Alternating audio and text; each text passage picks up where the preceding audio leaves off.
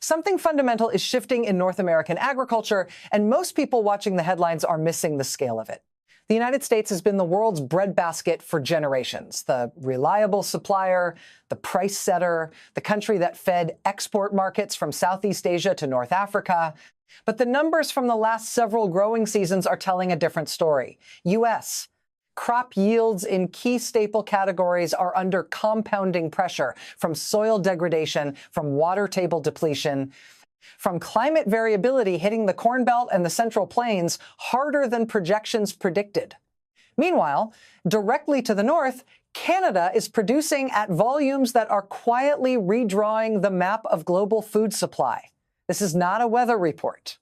This is a structural shift in who feeds the world, who controls those trade flows, and what it means for prices, policy, and geopolitical leverage. If you want to understand where the real power in global food supply is moving, stay with this. And if clear, data-driven analysis without the spin is what you're here for, subscribe now, because this story is moving faster than most coverage can keep up. Let's start with a number. The United States currently farms roughly 900 million acres of land. It produces more corn than any other nation on Earth. Its soybean output rivals Brazil. Its wheat has supplied import-dependent nations for decades. On paper, American agricultural dominance looks unshakable. But dominance built on the past does not automatically extend into the future, and the data underneath those headline figures has been sending warning signals for years that the mainstream coverage consistently fails to frame as the systemic crisis they represent.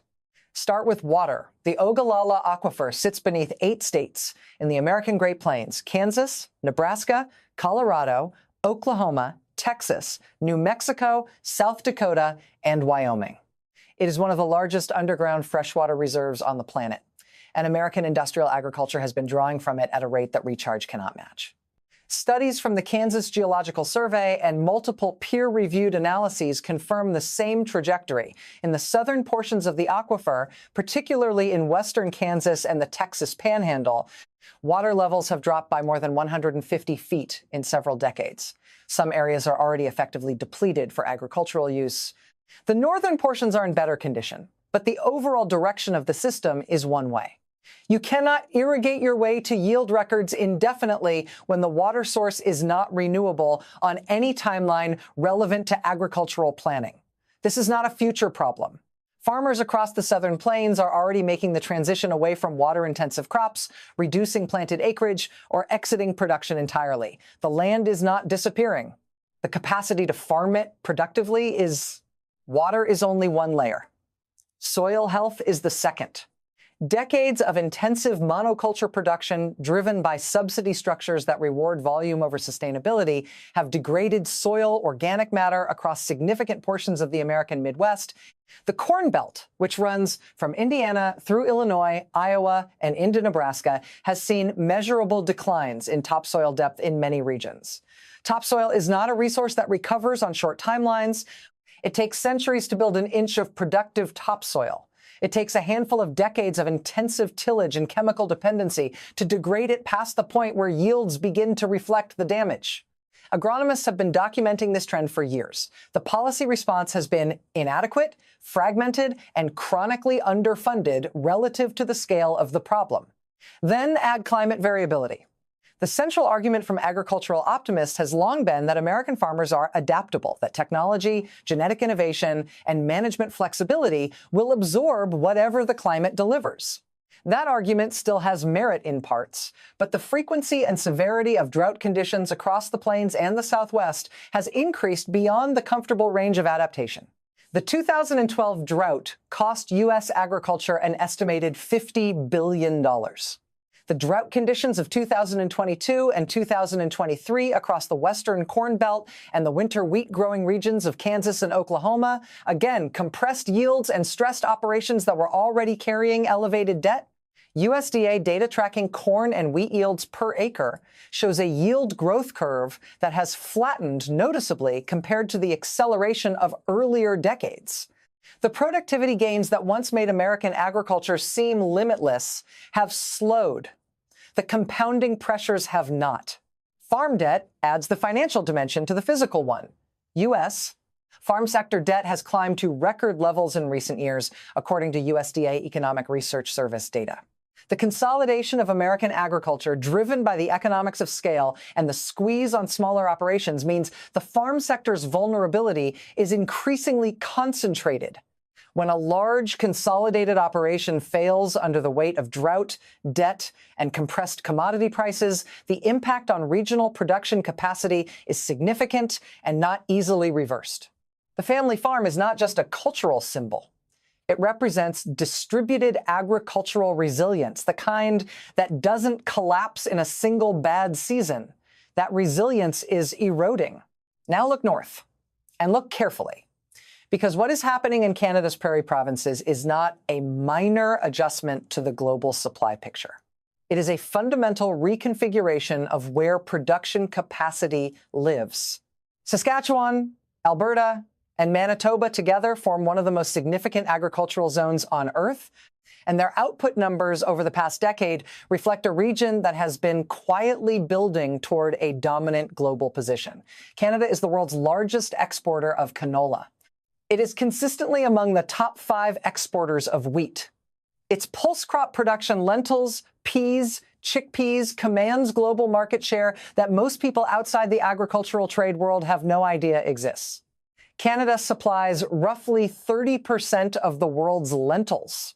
It is a dominant force in the global yellow pea market, which has become increasingly critical as plant-based protein demand accelerates worldwide. These are not marginal commodities. They are central to food systems across South Asia, the Middle East, and a growing portion of the processed food industry globally.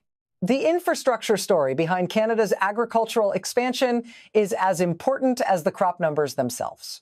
The investment in grain handling capacity, rail corridor efficiency, and port infrastructure at Vancouver and Prince Rupert has been deliberate and sustained. The Canadian Grain Commission's export data shows consistent year-over-year growth in volume throughput. The logistics chain that moves grain from a farm in central Saskatchewan to a buyer in Japan or Bangladesh has been refined and scaled. This matters because production without the infrastructure to move it is commercially worthless. Canada has built both sides of that equation simultaneously, and the result is a supply chain that global buyers increasingly regard as reliable, efficient, and politically stable. That last point, politically stable, deserves more weight than it typically gets in commodity coverage. Global grain buyers are sophisticated actors. They are not simply looking for the lowest price. They are managing supply chain risk across multi-year procurement cycles. The United States, for all its productive capacity, has introduced a degree of trade policy unpredictability in recent years, tariff disputes, shifting bilateral relationships, agricultural provisions used as leverage in broader geopolitical negotiations. Canada's trade posture has remained comparatively consistent. When procurement officers in Egypt, Indonesia, or Mexico are evaluating wheat sourcing for the next 2 to 3 years, the reliability premium that Canada now carries is real and quantifiable in contracting behavior. But there is a deeper structural force accelerating Canada's agricultural rise that sits behind all the policy and infrastructure arguments, and it is one that carries profound long-term implications. Canada is warming. The entire country is warming at roughly twice the global average rate, according to Environment and Climate Change, Canada's own assessments. In most contexts, that is a crisis narrative. In the specific context of agricultural potential in the prairie provinces, the near-term effect has been an extension of growing seasons, an expansion of the zone in which certain crops can reliably mature, and the opening of land that was previously marginal or non-arable for commercial production. Growing degree day accumulations, the measure of heat units available to crops during a season, have increased across Saskatchewan and Alberta over the past 3 decades. Crops that required careful variety selection and timing 10 years ago can now be grown with greater flexibility. New crop categories are becoming viable in regions that could not support them a generation ago. This is not to celebrate warming. The downstream consequences of what is happening to the Canadian climate system are severe, and the permafrost dynamics in northern Canada represent an ecological disruption of enormous scale. But in the specific bounded question of near to medium-term grain production capacity in the prairie agricultural belt, the trajectory is one of expansion. And that expansion is happening precisely as the American production base faces the compounding pressures described above. The gap that is opening between U.S. and Canadian agricultural trajectory is not yet visible in the way that a political crisis or a financial collapse is visible. It doesn't arrive in a single dramatic moment. It arrives in quarterly export data, in USDA yield forecasts that keep getting revised downward, in procurement contracts quietly shifting, in water allocation fights in Kansas courtrooms, and in grain elevator capacity announcements in Saskatchewan. But the part most people are missing is what this shift means beyond the harvest numbers, because when food supply moves, geopolitical leverage moves with it.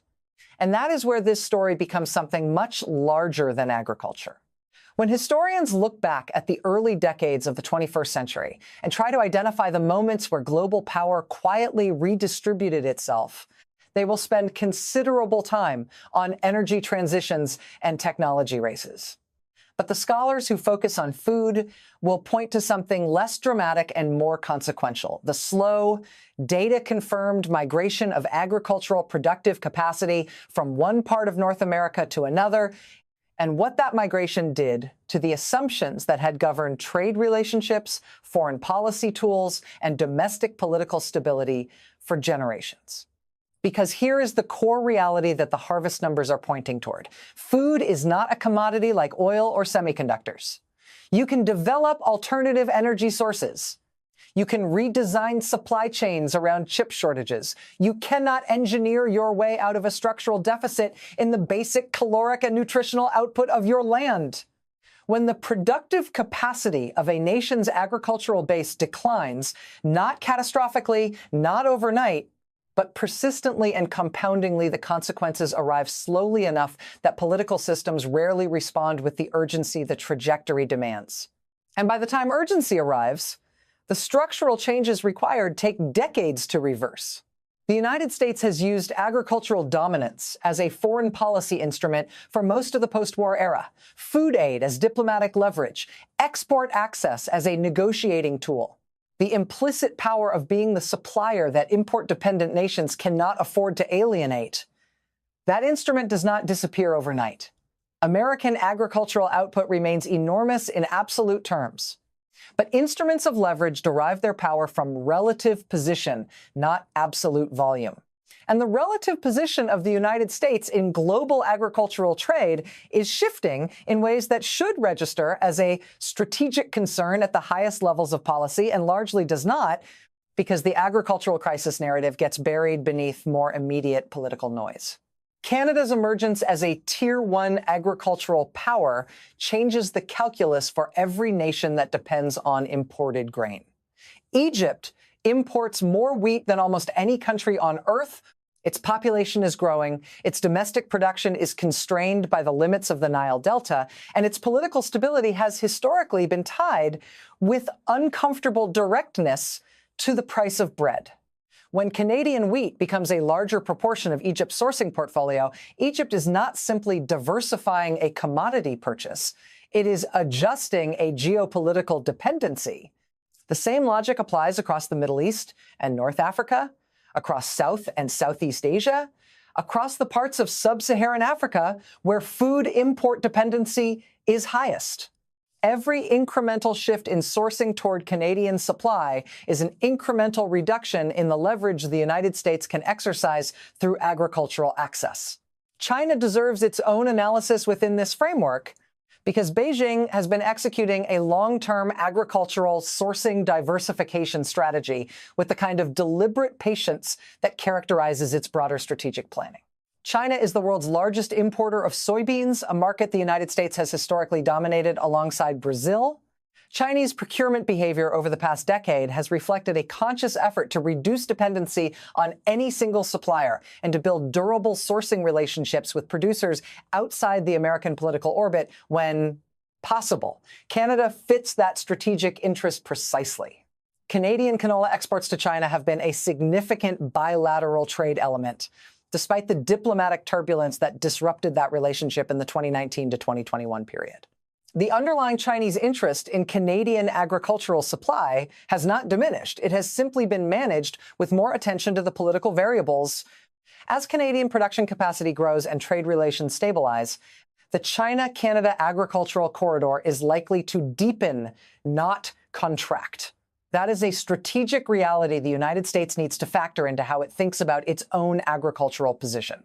Now consider the policy response on the American side, because this is where the story becomes genuinely troubling. The U.S. Farm Bill, the primary legislative instrument governing agricultural policy, subsidies, conservation programs, and rural development, is renewed roughly every 5 years and has been a chronic site of political dysfunction. The conservation title, which funds programs designed to address soil health, water use efficiency, and the transition toward more sustainable production practices, is consistently underfunded relative to what the agronomic science says is required. The commodity subsidy structure rewards the production of corn, soybeans, and wheat at volume, a design that made sense in an era when maximum output was the primary objective, but which actively works against the kind of diversified, conservation-oriented farming that would rebuild soil health and reduce water dependency over the medium term. Reforming that structure means confronting entrenched agricultural lobbying, regional political coalitions, and the short-term economic interests of producers who are already financially stressed. It has proven politically intractable across multiple administrations and congressional cycles. Water policy in the American West is in a similar condition of structural paralysis. The Colorado River Compact, negotiated in 1922 based on flow estimates that subsequent decades proved to be optimistic overestimates, governs water allocation for 7 states and supports agricultural irrigation across a region that cannot sustain current usage levels. Renegotiating that compact requires consensus among states with deeply conflicting interests, and the political cost of acknowledging that agricultural water use in the American Southwest must decline substantially is one that elected officials in those states have consistently avoided paying. The result is a system that continues to allocate water at volumes the river cannot deliver, buying time in ways that make the eventual reckoning more severe rather than less. Canada's policy environment presents a meaningful contrast. The federal and provincial coordination on agricultural investment in the prairie provinces has been more coherent and more forward-looking than the American equivalent. Investment in research, infrastructure, the crop science programs at Saskatchewan and Manitoba universities. The Federal Agriculture Research Stations has maintained Canada's capacity to develop new varieties adapted to changing growing conditions. The canola crop that now anchors Canadian export revenue was itself the product of exactly this kind of sustained public agricultural research investment, developed from rapeseed varieties over decades of deliberate breeding work. That capacity for crop innovation is not coincidental. It reflects a policy environment that has treated agricultural science as a long-term strategic asset. If you've stayed with this analysis, leave a comment below with how you see this playing out, whether you think the United States can reverse this trajectory or whether the structural forces are too entrenched to shift in the time frame that matters. The range of perspectives on that question is genuinely wide, and it reflects real uncertainty in the data. The scenario analysis points in 3 broad directions. In the first, the gap stabilizes. The United States accelerates the adoption of regenerative agriculture practices, precision irrigation technology, reduces water consumption per yield unit, and a reformed farm policy environment creates incentives for the conservation investments that the current structure discourages. Canadian production continues to grow, but American productivity recovers enough that the relative shift remains manageable. This is the optimistic scenario, and it requires policy changes that have not yet materialized at scale. In the second scenario, the gap accelerates. Canadian growing seasons continue to lengthen. Prairie production capacity expands into land, currently at the margin of viability. American aquifer depletion continues on its current trajectory, removing irrigated acreage from production in the southern plains at a pace that offsets efficiency gains elsewhere. Global buyers complete the sourcing diversification they have already begun, cementing new procurement relationships that become structurally difficult to reverse. In this scenario, the United States retains enormous agricultural output in absolute terms, but loses the dominant market position that has underwritten its leverage in global food diplomacy. The third scenario is the one that keeps agricultural analysts up at night. A major supply shock hits Canada, a catastrophic drought year in Saskatchewan, a disease outbreak in the canola crop, a rail disruption that breaks the export logistics chain. The world has increasingly priced in Canadian reliability. A sudden failure of that reliability in a year when American production is also under stress produces a global food price spike of a severity that the system has not experienced since 2007 and 2008. That crisis revealed with brutal clarity how quickly food price instability translates into political instability across import-dependent nations. The difference now is that the redundancy in the global supply system is lower because the diversification away from American dominance, while strategically rational for individual buyers, has collectively reduced the buffer capacity that American overproduction once provided to the global system. Technology is the wild card that cuts across all three scenarios. Precision agriculture, the use of sensor networks, satellite imaging, and algorithmic management to optimize input use and maximize yield per acre is advancing rapidly on both sides of the border. Gene-edited crop varieties that deliver drought tolerance, disease resistance, and improved nutritional profiles are moving through regulatory pipelines. Artificial intelligence applications in yield forecasting, planting decisions, and supply chain management are beginning to deliver measurable productivity gains. The nation that adopts these technologies at scale faster and integrates them into its agricultural system more effectively holds a significant long-term advantage. That race is genuinely open. American agricultural technology capacity is world-class. Canadian adoption rates in the prairie provinces have been strong. The outcome of that competition will shape the third decade of this century's food supply picture in ways we cannot yet fully specify. What this means for ordinary people is not abstract. It is present in grocery prices. It is present in the farm debt statistics of rural Kansas and Oklahoma. It is present in the grain elevator decisions being made in Saskatoon and Lethbridge. It is present in the procurement contracts being signed in Cairo and Jakarta. The most consequential economic shifts rarely announce themselves with the drama of a financial collapse or a military confrontation. They move through systems, through soil reports and water tables and export terminal capacity and the growing degree day calculations of agronomists working in provinces that most global news consumers could not locate on a map. Turn on notifications, because the next chapter of this story will not wait for the annual harvest report. The policy decisions being made right now in Washington, farm bill negotiations, in prairie infrastructure investment, in the water, compact renegotiations of the American West will determine which of these scenarios becomes the dominant reality. The breadbasket is shifting. The question is how fast, and whether anyone in a position to respond is paying close enough attention to act before the window for meaningful intervention closes.